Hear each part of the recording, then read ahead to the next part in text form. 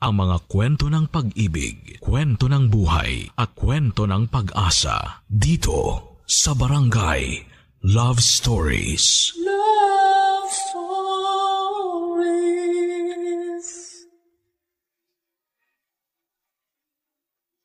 Mas masayang makatanggap ng pagmamahal na buo mula sa taong pinili mong makasama.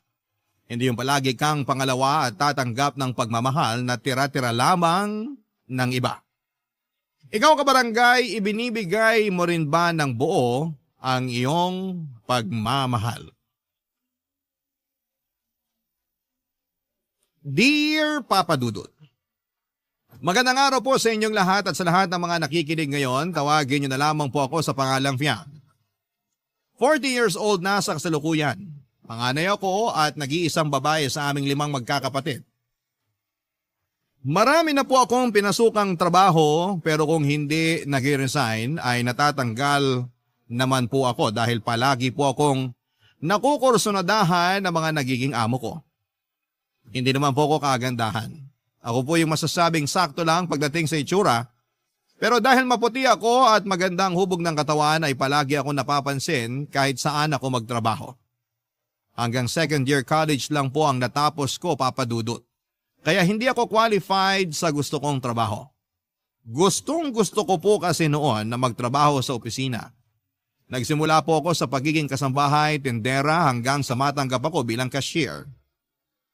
Napilitan naman akong mag-resign sa huling trabaho ko nang maging dahilan ako ng pag-aaway ng manager namin at ng boyfriend nito na katrabaho rin namin. Wala naman akong kasalanan doon dahil umiiwas talaga ako sa mga lalaki pero silang lumalapit at nangungulit sa akin, Papa Dudut. Kaya madalas akong napapahamak. Hanggang sa naisip kong maghanap na lamang ng malilipatan. Ang kaso ay hindi po ako kaagad nakahanap ng malilipatan kaya pansamantala muna akong nagtinda ng street foods para may mapagkunan pa rin kami ng panggastos. Nasa kalahatian na po noon ng taon nang maisipan kong maghanap muli ng trabaho. Nung nag-aasikaso na ako ng requirements ay nakalimutan ko namang magdala ng ballpen. At noong police clearance na ang kukunin ko ay may nakasabay akong lalaki. Siya'y nagpahiram sa akin. Aaminin ko na may dating ang lalaking yon. Ang kaso'y hindi ako naroon para makipaglandian ang araw na yon. Kaya naman matapos kong ibalik ang ballpen niya ay hindi na ulit kami nagkita pa. Natanggap ako bilang cashier sa isang supermarket, Papa Dudut, at hindi ko nga po akalain na doon ko pa ulit makikita ang lalaking tinutukoy ko.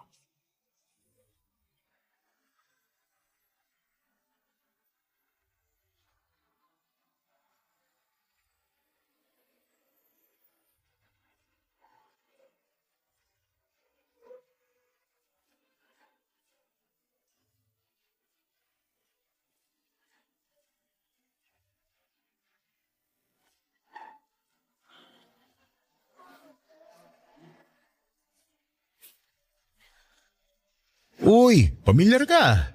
Parang nakita na tayo. Ballpen! Hindi ballpen ang pangalan ko. Hindi. Ibig kong sabihin, ikaw yung nagpahiram ng ballpen sa akin nung kumukuha ako ng police clearance. Buti hindi mo ako nakalimutan. Akalain mo yun? Liit ng mundo, no? Sino ba naman mag-aakala na magiging magkatrabaho pala tayo? Oo nga eh. Ako nga pala si Fiang. Nickname ko lang to ha.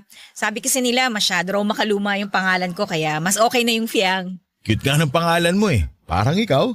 Ikaw kakikilala lang natin, ang bobola ka na. Ay teka, hindi mo pa sinasabi pangalan mo. Miguelito real name ko pero mix na lang for short din. Nice meeting you nga pala, Fiang. Cute mo. Sexy pa. Ikaw iniskan mo yata ako bago mo pa ako nilapitan eh. Sana sinabi mo para nakipaglaban ako sa'yo ng titigan. Wow, palaban ka ha? Gusto ko yan. Uy, joke lang yun! Walang joke-joke sa akin. Wala ka ng lusot. Gagawin natin yung titigan challenge na gusto mo, pero hindi dito. Saka na lang yan. Ilang taon ka na nga pala? 35 na ako. Ikaw? Mas bata lang ako sa'yo ng 3 taon. Pwede. Ha? Ano pwede? Pwede ka nang ligawan.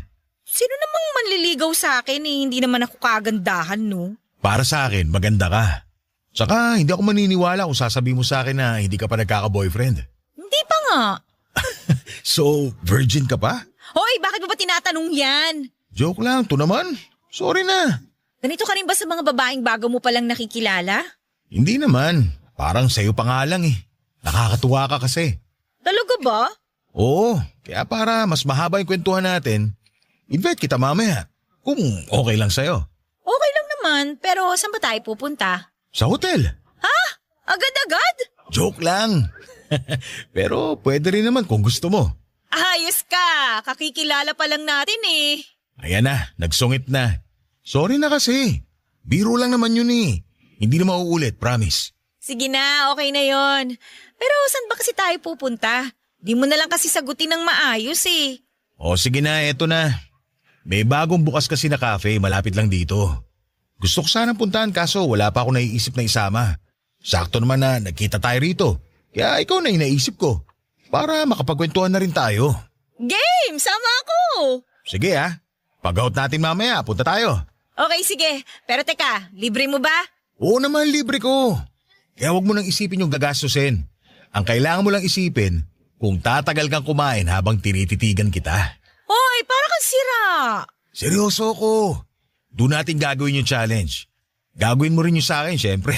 At kung sino matalo, siya naman yung taya sa susunod na labas natin. Ay, wow! May susunod pa? Kung papayag ka ulit na sumama sa akin. Sus! Kahit nga iuwi mo pa ako eh. Char! Mukhang napapasarap yung kwentuhan yung dalawa. Walang trabaho, mga ma'am, sir? Si Jelly talaga oh. Eto na, babalik na ako sa trabaho ko.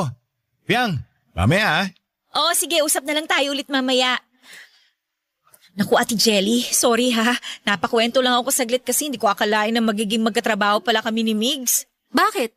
Magkakilala na ba kayo dati pa? Hindi naman, pero kasi siya yung nagpahiram sa akin ng ballpen nung nag-aasikaso ako ng requirements. Ganon? O edi kumalma ka. Nagbibiro lang ako kanina. Pasensya ka na ha. Ganito lang talaga ako sa mga bago. Pero si Migs, nauna ko na siyang nakausap at nakakwentuhan kanina. Ay, kinabahan naman ako sa'yo ate. Kala ko susumbong mo na kami. Hindi ako ganun no. O siya, sige na, magtrabaho na tayo. Baka tayo naman yung maisumbong.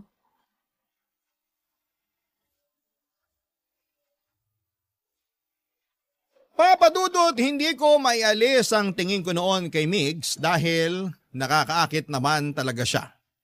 Hindi naman siya yung tipong sobrang gwapo pero malakas ang apil niya sa mga babae. Matangkad siya at mukhang palagi ring nagwo-workout. Kahit yung boses niya ang sarap pakinggan. Kaya parang gusto ko na lamang siyang titigan, maghapon at pakinggan yung mga kinukwento niya. Kahit siguro tungkol sa mga langgam yung pag-uusapan namin, ay magiging interesado pa rin ako dahil sa boses ni Migs. Kahit na ilang araw pa lang ang nakakalipas mula nang magkakilala kami, ay nagkagaanan na kaagad kami ng loob. Madalas kaming nag-uusap tuwing break namin at nagtatawanan at nagbibiruan pa kahit oras ng trabaho. Minsan ay hindi na rin kami naiiwasang tuksuhin ang mga kasamahan namin sa trabaho at kahit mga customer na nakakapansin sa pagtitingin na namin papadudot. Kahit kasi ako at cashier kasi ako at bagger naman siya. Kaya may mga pagkakataon talaga na nag-uusap kami kahit oras ng trabaho. Habang tumatagal noon ay mas lalo pa kaming nagiging malapit sa isa't isa. Minsan ay sabay kaming lumalabas dahil nagkakayayaan pa kaming kumain ng tusok-tusok o kaya ay maglakad-lakad muna bago umuwi.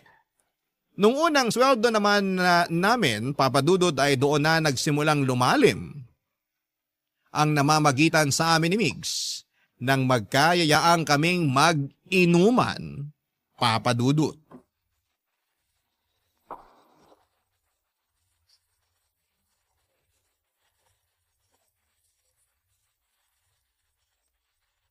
Pogi ni Migs, no? Oo nga eh. Titig pa lang nakakapanghina na. Bet mo? Oo. Mukhang bet ka rin eh. Ibang makatitig. So, kumusta naman? Nasa anong stage na kayo? Parang MU, ganun. MU? Oo, obvious naman sa amin na gusto namin yung isa't isa. Madalas kaming lumalabas na kami lang dalawa. Yung mga usapan nga namin lumalampas na sa mga topic na pinag-uusapan lang ng magkaibigan, no?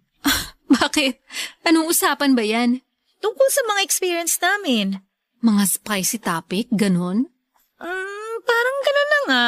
Sus, pahiya-hiya ka pa dyan. Kung nakarating na kayo sa ganung usapan, hindi malabo na mag-aya na yun sa hotel. Pero ang tanong, handa ka ba ron kung sakali? Makatanong ka naman dyan. Ayoko munang isipin yan. Pero paano nga kung mangyari? Mangyari yung ano? Migs! Nandiyan ka na pala. Kanina ka pa ba? Di naman. Hindi ko nga maintindihan yung pinag-uusapan nyo eh. Ano bang topic? Ikaw, Ibig niyang sabihin, ikaw naman yung magbibigay ng topic. Girl talk kasi kanina. Kaya hindi ka makaka-relate. Ganun ba? Pero anong oras na oh? Kung magkukwentuhan pa tayo, baka hindi na tayo makauwi nito. sa bagay, ako uuwi talaga ako. Kayo, may balak pa ba kayong puntahan? Wala na akong pupuntahan. Maliban na lang kung papayag si Fiang na ihatid ko siya pa uwi. Uuwi nga ba talaga?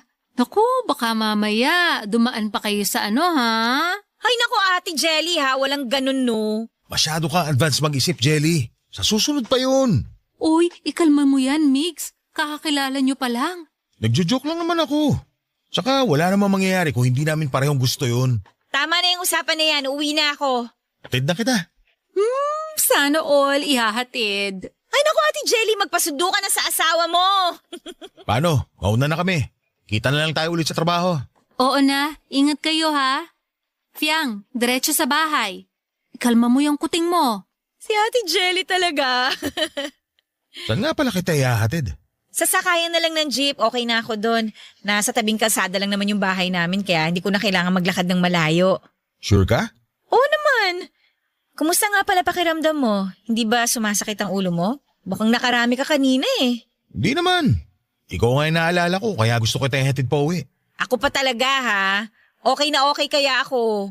Okay, sabi mo eh. Pero ayaw mo ba talagang magpahatid hanggang sa bahay nyo? Hindi naman sa ayaw. Sa tapat lang ng bahay namin yung bababaan ko. Kaya baka maabala lang kita. Tsaka isa pa, magkaiba tayo ng ruta. O sige, pero chat mo ako pag nakauwi ka na. Oo naman, i-chat kita. Kung gusto mo ako pa una magme-message sa'yo bukas ng umaga. Talaga? Gusto ko yan. Medyo malayo pala dito yung sakayan ng jeep, no? Baka pagdating natin doon, tanggal na yung kalasingan natin. Ako naman, parang lalong nalalasing kapag naririnig ko yung tawa mo. Sarap pakinggan eh. Ay nako, binobola mo na naman ako. Hindi totoo kaya yun. Baka nga mapanaginipan pa kita mamaya. Ay, ang saya nun. Ang landi mo, umuwi na nga tayo. Papadudot kahit nasa biyahe na ako noon, pauwi ay panay pa ang chat ni Migs kung nasaan ako. Kaya nang makarating ako sa amin ay agad ko ring ipinaalam sa kanya. Halos ganon na kami sa araw-araw. Ina-update namin ang isa't isa para na parang kami na talaga. Ramdam ko na gusto ko ni Migs pero wala naman siyang sinasabi tungkol doon. Hindi namin napag-uusapan ang feelings namin para sa isa't isa. Minsan, papadudot, chinichika ko ni Ate Jelly. Tanong siya ng tanong kung umamin na raw ba sa akin si Migs o kung may nakwento ito sa akin tungkol sa past relationship. Hindi naman ako nag-iisip ng kung ano sa mga tinatanong niya kasi sa totoo lang ay wala naman akong pakialam sa past relationships ni Migs. Kung magkakaaminan na kami, mas mahalaga na sa akin kung ano yung meron kaming dalawa. Habang tumatagal nga po kasi noon ay palalim ng palalim yung ugnayan namin. Kumbaga label na lamang ang kulang para masabing in a relationship na kami ni Migs. Pero isang araw papadudot pagpasok ko noon sa trabaho ay aksidente kong narinig ang pag-uusap ni na Migs at nung katrabaho namin na bagger din sa supermarket. Inaaya siya nito na mag-basketball sa darating na Sabado. Pero tumanggi po noon si Migs at hindi ko nga po inaasahan ang sinabi niyang dahilan. Hindi raw siya makakasama dahil bibisita siya sa anak niya. Parang binuhusan ako ng malamig na tubig sa mga nalaman ko at na-realize ko rin na yun yung malaking iniisip kong may pag-asa kaming dalawa ay hindi pala mangyayari. Sapagkat malabong mangyari yon dahil sa sitwasyon na meron siya. Barangay Love Stories. Barangay Love Stories. Papadudot nagulat ako sa nalaman kong may anak pala si Migs. Hindi ko naman siya masisisi dahil hindi naman ako nagtanong. Hindi ko nga rin maalala kung naitanong ko ba sa kanya kung may girlfriend na ba siya o asawa. Basta sumabay na lamang ako sa agos hanggang sa naging close kaming dalawa. Napaiyak na lamang ako noong nalaman ko yon dahil alam ko sa sarili ko na malalim na ang nararamdaman ko para kay Migs ng mga panahong yon. At mahirap na para sa akin na layuan o iwasan siya. Dahil sa nalaman ko, Papadudot, kahit mahirap ay sinubukan ko ng iwasan si Migs. Nakikipag-usap naman ako sa kanya pero hindi kagaya ng dati na palagi kaming nagtatawanan. Kung hindi para sa trabaho ay hindi ako yung mauuna na magsalita, Papadudot. Hindi na rin ako sumasama tuwing nag-aaya siyang lumabas. Nagdadahilan na lamang ako na may importanteng asikasuhin o di kaya ay masama ang aking pakiramdam. Hanggang sa napansin na rin yon ni Ate Jelly. Kinausap niya ako at tinanong kung ano ang problema. Sinabi ko naman sa kanya ang katotohanan at hindi na siya nagulat doon. Pero ang pinagtataka ko ay parang may gustong sabihin sa akin si Ate Jelly na hindi niya masabi-sabi. Lumipas ang 2 linggo na iniwasan ko pa rin si Migs. Batid ko na medyo nakakahalata na siya. Pero hindi ko na lamang yon pinansin. Kung aasa pa kasi ako sa kanya ay siguradong masasaktan lamang ako sa huli.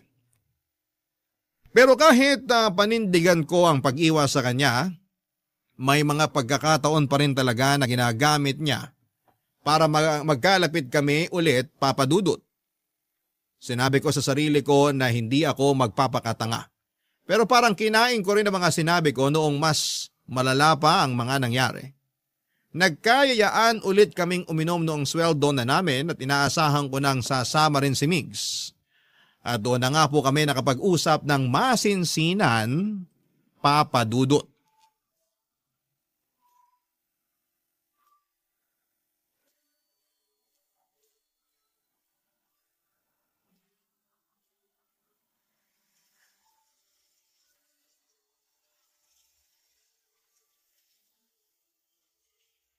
Fiang, sandali!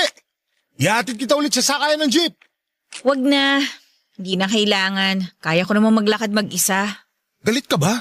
Parang iniiwasan mo ako eh. May nagawa ba ako masama? Wala.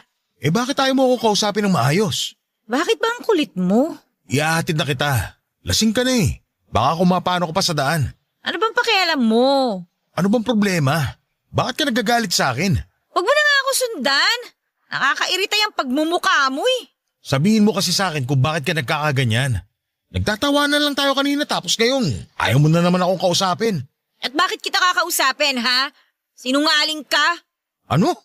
Paano naman ako naging sinungaling? Huwag ka nang magmangmaangan. Alam kong alam mo kung ano yung sinasabi ko. Manguhula na ba ako ngayon? Kaya nga ako nagtatanong sa'yo eh. Kasi hindi ko alam kung bakit ka nagagalit sa akin, di ba? May hindi ka sinabi sa akin. Ano ba yun? Sabihin mo naman sa akin. Hindi mo sinabi na may anak ka na pala. Ha? Paano mo nalaman? Narinig ko kayo ng katrabaho natin. Inaaya ka niyang mag-basketball pero sabi mo, bibisitahin mo yung anak mo. Ibig sabihin, may asawa ka na. Oo, pero hindi naman kami nagsasama. Matagal na kaming hiwalay. Pero bakit hindi mo sinabi sa akin yun? Kahit man lang sana tungkol dun sa anak mo. Pasensya ka na kung hindi ko nasabi sa'yo. Pero wala naman akong balak isikreto yun. Nauna mo lang malaman, kaya sorry. Huwag ka na magalit. Babawi na lang ako sa'yo. Ay, hindi mo naman kailangan bumawi eh. Hindi naman tayo, di ba? Huwag ka na magtampo. Please? Sa tingin mo tampo lang tong nararamdaman ko? Nagmumukha na akong tanga, Migs. Ang ganda na nung pinapakita mo sa akin eh. Lahat ng ginagawa mo is special para sa akin. Akala ko special na ako sa'yo pero wala eh. Asang-asa lang ako pero nakakagago yung hindi mo pagsasabi sa akin na may asawa at anak ka na. So anong balak mong gawin sa akin, ha? Balak mo pa akong gawing kabit? Hindi naman sa ganun. Sabi ko nga, di ba, hindi na kami nagsasama. Hindi kami okay kaya malabo yung sinasabi mo na magiging kabit ka. Hindi ka kabit kaya huwag mong tawagin yung sarili mo ng ganyan. Kasal nga kayo eh! Ano mga kala mo? May special title yung mga kabit para hindi nakakahiyang pakinggan? Alam mo, lasing ka na. Saka na lang natin to pag-usapan kapag okay ka na. Okay ako! Yung meron tayo, yun ang hindi okay! Ang labo-labo kasi eh! Sabihin mo nga sa akin, ano ba tong meron tayo? Puro kalandian lang ba to o may nararamdaman ka na sa akin? Pag-usapan natin to pag hindi ka na lasing. Papadudot, inabutan kami noon ng ulan habang nag-uusap sa gilid ng kalsada. Wala na kaming pakialam pa kung may nakakarinig sa amin ng mga sandaling yon. Alam kong nakainom ako pero alam ko lahat ng mga sinasabi ko kay Migs. Malinaw yon sa alaala ko at sinadya kong sabihin sa kanya mga bagay na yon para makakuha ng sagot pero bigo pa rin ako. Hindi ko pa rin alam kung mahal ba ako ni Migs o trip niya lamang akong landiin noon. Kung ako naman ang tatanungin ay hindi ako mag-aalinlangang sabihin ang totoo kong nararamdaman. Minahal ko na si Migs sa maikling panahon ng pagkakakilala namin sa isa't isa. Gusto ko siya at gusto ko siyang maging boyfriend. Pero paano naman mangyayari yon kung may asawa siya? Kahit saang anggulo tignan ay sabit pa rin ako sa relasyon nila. At ang pinakamasakit doon ay parang tumatanggap lamang ako ng tira-tirang atensyon mula kay Migs. Nang gabing yon dahil sa pagod at galit na nararamdaman ko kay Migs ay hindi ko na namalayang nakatulog na pala ako sa mga bisig niya. At nang magising ako, nasa harap na kami ng isang mumurahing hotel. Ewan ko ba papadudot pero sumabay na lamang ako sa agos noon. Hindi na ako nagtanong kay Migs kung ano ang ginagawa namin doon. Hindi rin ako umangal nang alalayan niya ako papunta sa isang kwarto matapos niyang mag-check-in. Papadudot.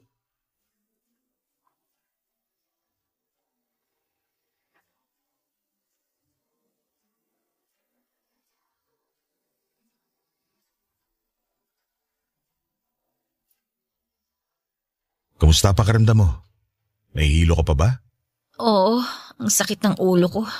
Kung gusto mo, magpahinga ka na muna. Bukas na lang kita ihatid pa uwi. Wala bang maghahanap sa'yo? Wala. Hindi ako naniniwala sa'yo. Umuwi ka na. Iwan mo na lang ako dito. Kaya ko namang umuwi ng mag-isa bukas. Yan ka na naman eh. Tinataboy mo na naman ako. Kasi hindi ka naman dapat lumalapit sa akin eh. Bakit hindi? Alam kong gusto mo ako. At ganun din yung nararamdaman ko sa'yo. Yan yung gusto mong malaman kanina pa, di ba? Pero sasabihin ko sana sa'yo kapag hindi ka nalasing at ang maintindihan mo yung mga sinasabi ko. Hindi ako lasing. Naiintindihan ko lahat. Talaga? Naiintindihan mo? Hindi mo ako gusto. Kaibigan lang yung tingin mo sa akin at naiintindihan ko yon. Paano kung hindi? Huwag na tayo maglokohan, pwede ba? Doon ka na sa asawa mo. Bakit mo ba ako pinagtatabo yan? Dito ko gusto. Sa tabi mo. Mas gusto kong kasama ka. Hindi mo pa rin bagets yun? Sinasabi mo lang yan kasi nakainom ka. Ano bang pwede kong gawin para maniwala ka? Wala. Hindi ako maniniwala sa'yo kahit na ano pang sabihin mo kaya umalis ka na lang. Gusto kita. Kaya kahit pauwiin mo ako ngayon, hindi kita iiwan mag-isa rito. Hindi kita kayang pabayaan na lang. Ang hirap mo naman kasing paniwalaan eh. Hindi naman ako kagaya ng asawa mo na may pinangahawakan sa'yo. Huwag mo nang isipin yung asawa at anak ko. Hindi nila tayo guguluhin. Ang mahalaga, gusto natin yung isa't isa. Ano namang magugustuhan mo sa akin? Kagaya lang din naman ako ng ibang babae dyan. Mabait ka at masaya kang kasama. Bonus na lang yung sexy ka. Kaya nga nung unang araw natin sa trabaho, napatitig talaga ako sa'yo eh. Talaga?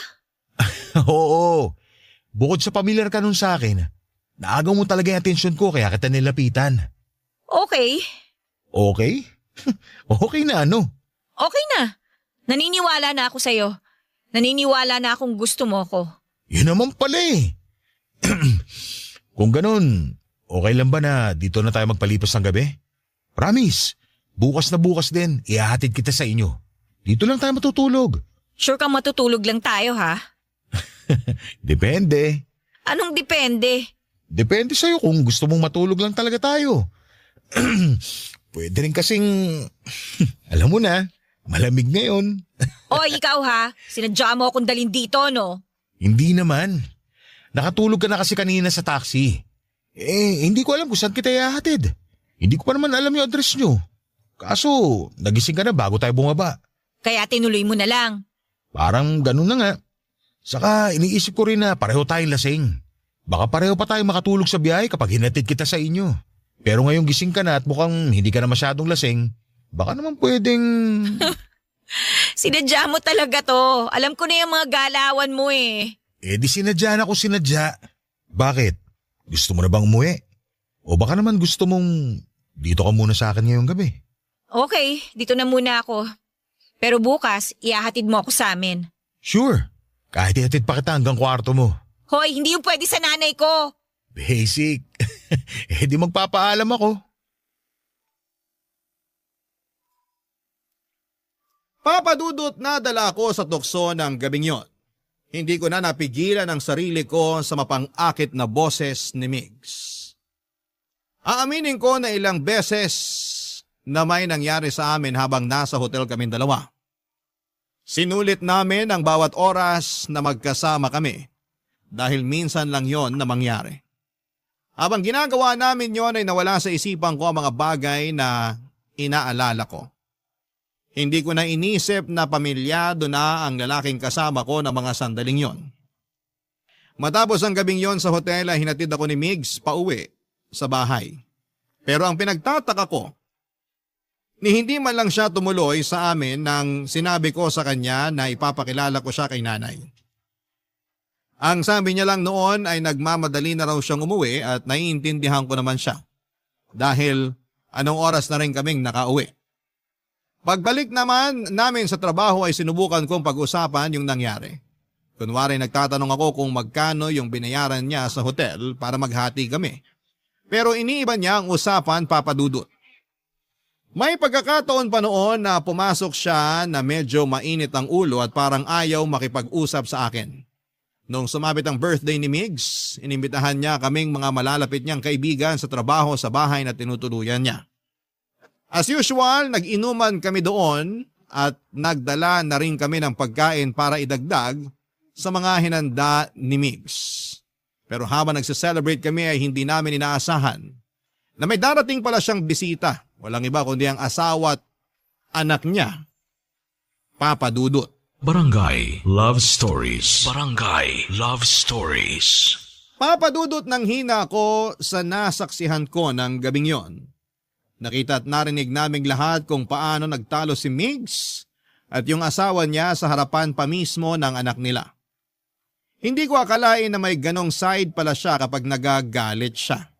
Habang nagtatalo sila noon ay may nabanggit ang isa naming katrabaho na kaklose talaga ni Migs. Sabi nito ay nabuntis na raw yung babae, college pa lamang ito noon. Pero hindi raw sila nagsama dahil ayaw kay Migs ng tatay ng babae.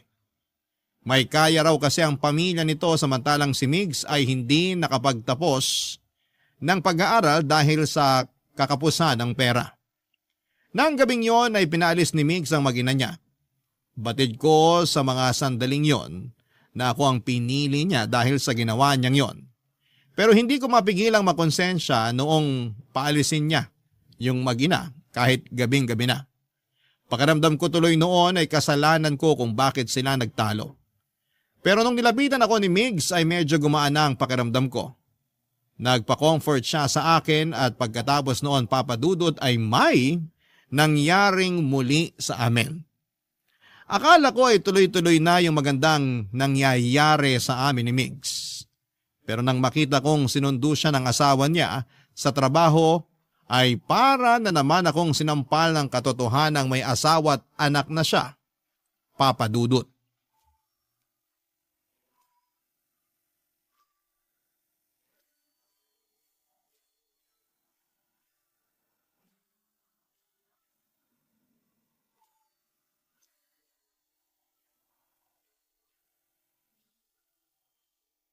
Ate Jelly, inom tayo mamaya. Ha? Ano namang nakain mo at nagyayaya kang uminom? Nababad trip kasi ako kay Migs eh. Bakit naman? Nakita ko kasi siya kanina, sinundo ng asawa niya. Nakakotse pa nga eh. Bakit ngayon ka lang nagre-react ng ganyan? Hindi ka ba aware na may asawa si Migs nung una pa lang? Nalaman ko naman nung narinig ko na nag-uusap sila nung katrabaho natin. Okay. Tapos wala ka pa rin ginawa. Ate, meron! Sinubukan ko siyang iwasan. Napansin niyo naman yun, di ba? Pero napanindigan mo ba? Hindi ba sabi mo nga may nangyari pa sa inyo bago kanya ihatid pa uwi? Ang tanga mo rin eh, no? Ate naman, huwag mo na nga ako sermonan. Sasaktan na nga ako eh. Hindi ka masasaktan kung nag-iisip ka na maayos. Kung nalaman mong pamilyado na siya, hindi mo na sana hinayaang may mangyari sa inyo. Mas lalo mo pang pinalalim yung namamagitan sa inyo eh. Nagawa ko yun kasi mahal ko siya. Ayun, kaya naman pala. Hindi ka nga tatagal ng ganyan kung hindi mo pa mahal. Eh ang tanong, mahal ka rin kaya niya? Hindi ko alam. Alam mo na pamilyado siya. Pero pinush mo pa rin na makipagrelasyon sa kanya. At si Mix naman, isang malaking paasa. Walang kasiguruhan yung relasyon nyo. Sa tingin mo ate, okay na ba sila nung asawa niya? Kaya ba siya sinundo kanina? Si Migs lang ang nakakaalam ng sagot dyan. Ano? Tatanungin ko ba siya? Aba malamang, kesa naman sa nanguhula ka dyan. Mabuti nang alam mo kung ano yung totoong estado ng relasyon nila mag-asawa. Baka mamaya, ginagawa ka lang panakipbutas ni Migs. Saklap nun. Ay, hindi ko alam kung paano ako mag-react kapag sinabi niyang okay na ulit sila ng asawa niya. Masakit malaman yung totoo. Pero mas masakit kapag niloloko ka lang niya tapos pinatagal mo pa. Mag-isip-isip ka nga. Hindi mo deserve na maging parausan lang ng isang lalaki. Grabe ka naman sa parausan, ate. Bakit hindi ba? Ilang beses na rin naman na may nangyari sa inyo, di ba? Pero ni minsan ba, narinig mong sinabi niya na mahal ka niya? Ha! Baka yung sinabi niya lang masarap kang kasama. Tapos ikaw, nagpapauto ka naman sa kanya. Grabe ka talagang mang real talk, no? Hay nako, hindi kita uutuin gaya ng ginagawa niya. Tsaka hindi ka na bata. 32 ka na, kaya dapat alam mo na kung paano harapin yung mga ganyang sitwasyon. Kayo rin naman nagsimula niyan eh. Alam ko naman yun. Hindi ko pa lang talaga alam kung paano ko sisimulang kausapin si Migs. Natatakot kasi akong malaman yung totoo eh. Naiintindihan naman kita. Nagmahal din naman ako. Pero sana, wag mo nang dugtungan pa yung naging pagkakamali mo sakaling alam mo na yung totoo. Maawa ka sa sarili mo. Isipin mo na lang yung pagod natin sa trabaho tapos madadagdagan pa ng heartbreak. Pighati malala talaga. Ay, sana hindi na lang ako napunta sa ganitong sitwasyon. Ang hirap-hirap. Mahirap pero kakayanin mo. Kausapin mo muna siya. At saka ka magdesisyon kung tatapusin mo na yung nasimulan nyo o ilalaban mo pa.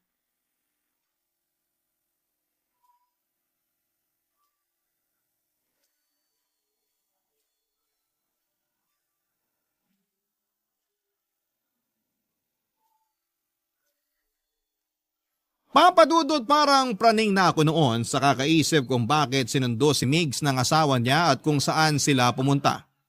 Kung nag-hotel din ba sila at may nangyari sa kanila o okay na silang muli. Parang sasabog ang ulo ko noon sa kakaisip ng kung ano-anong senaryo sa pagkikita nila ng asawa niya. Kaya ang ginawa ko noon ay tinadtad ko ng text messages si Migs. Sa tapang ko noon ay feeling ko ay ako ang legal. Ilang beses ko rin siyang tinawagan pero gaya ng inaasahan ko, hindi siya sasagot noon dahil kasama niya ang asawa niya. Pinuntahan ko si Mig sa bahay na inuuwian niya pero hindi na kami nagkaroon ng pagkakataong makapag-usap pang muli. Awang-awa ako noon sa sarili ko dahil halos mamalimos na lamang ako ng atensyon ni Migs. Parang willing na nga po ako noon na magsettle na lamang sa tira-tira ng iba. Pero hindi na talaga kami nagkausap pang muli. Nag-resign na rin kasi siya sa trabaho kaya hindi ko na rin siya mahagila pa. Basta ang alam ko lang noon ay nagkaayos na sila ng asawa niya. Wala naman akong magawa, ano ba namang laban ko. Legal na asawa na po yung pinag-uusapan. Kaya ang nangyari ay tinanggap ko na lamang na hindi talaga para sa akin si Mix. May nagmamay-ari na ng puso niya. At hindi ako yon. Pagkatapos ng 3 years ay nagkaroon na ako ng panibagong karelasyon. Hindi ko na lamang po babanggitin ang pangalan niya pero naging boyfriend ko po siya noon. At kung kailan okay na ako ay saka naman kami nagkitang muli ni Migs. Ewan ko ba, Papa Dudut. Pero kahit matagal-tagal na rin yung panahong lumipas ay parang bumalik lahat ng excitement ko nang makita ko siya. Nakakayamang sabihin pero may nangyari kaagad sa muli naming pagkikita. Akala ko ay pwede na naming ituloy yung naudlot naming relasyon noon pero ganito po ang mga nangyari.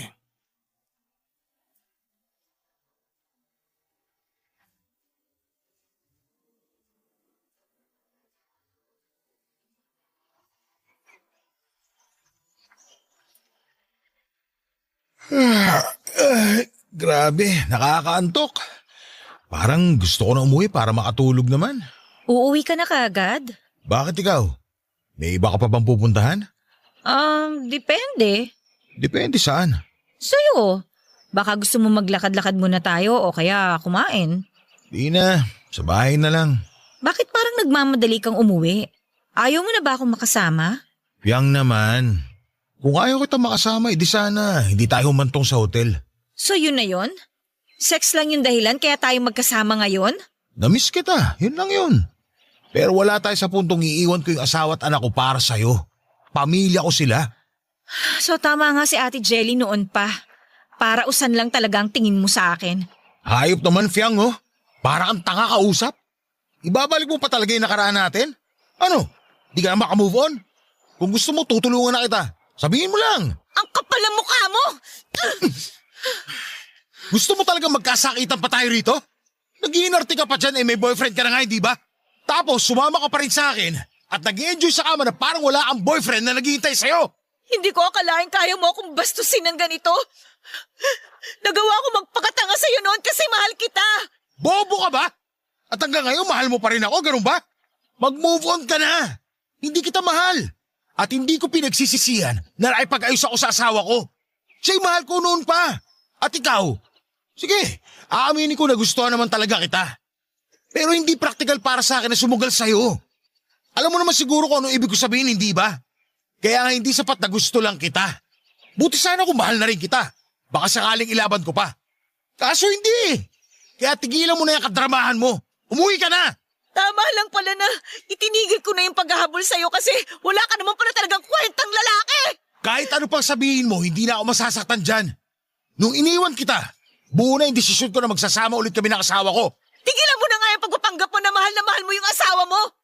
Kasi kung mahal mo siya at sapat na siya sa buhay mo, bakit kinita mo pa ako ngayon at ginusto mo pa na may mangyari sa atin?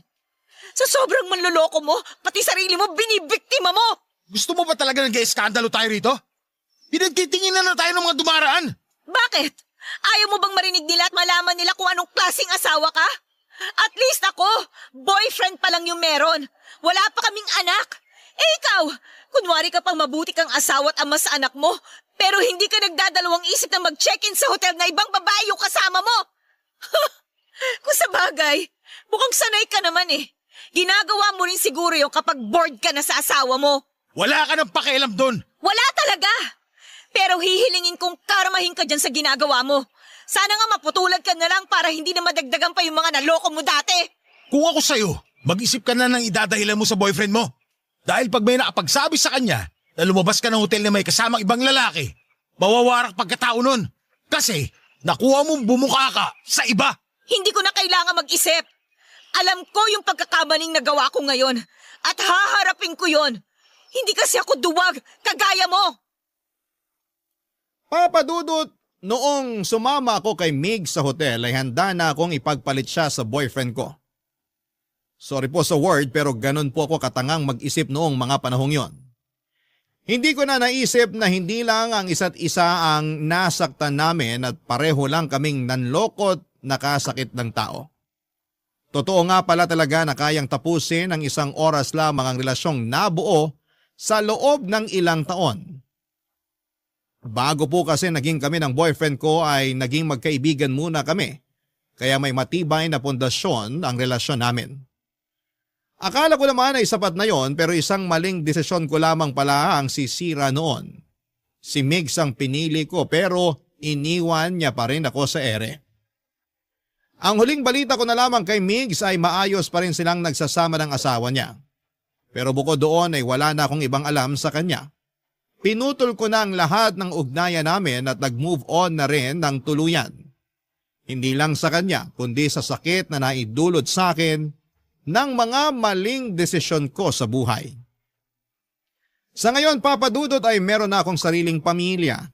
Natuto na ako sa mga naging pagkakamali ko noon at itinatama ko na yon ngayon.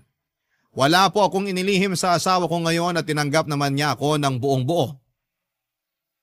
Hanggang dito na lamang po, Papa Dudut. Maraming salamat po sa inyong programa at sa Barangay LS sa pagbabahagi ng aking kwento.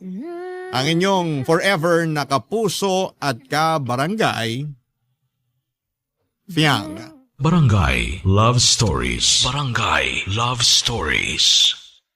Napakasakit na nangyari kay letter sender. Pero buti sa uli, naging maayos pa rin ang buhay niya. Anong say mo sa Barangay Love Stories na ito? Pagkwentuhan natin sa comment section yan.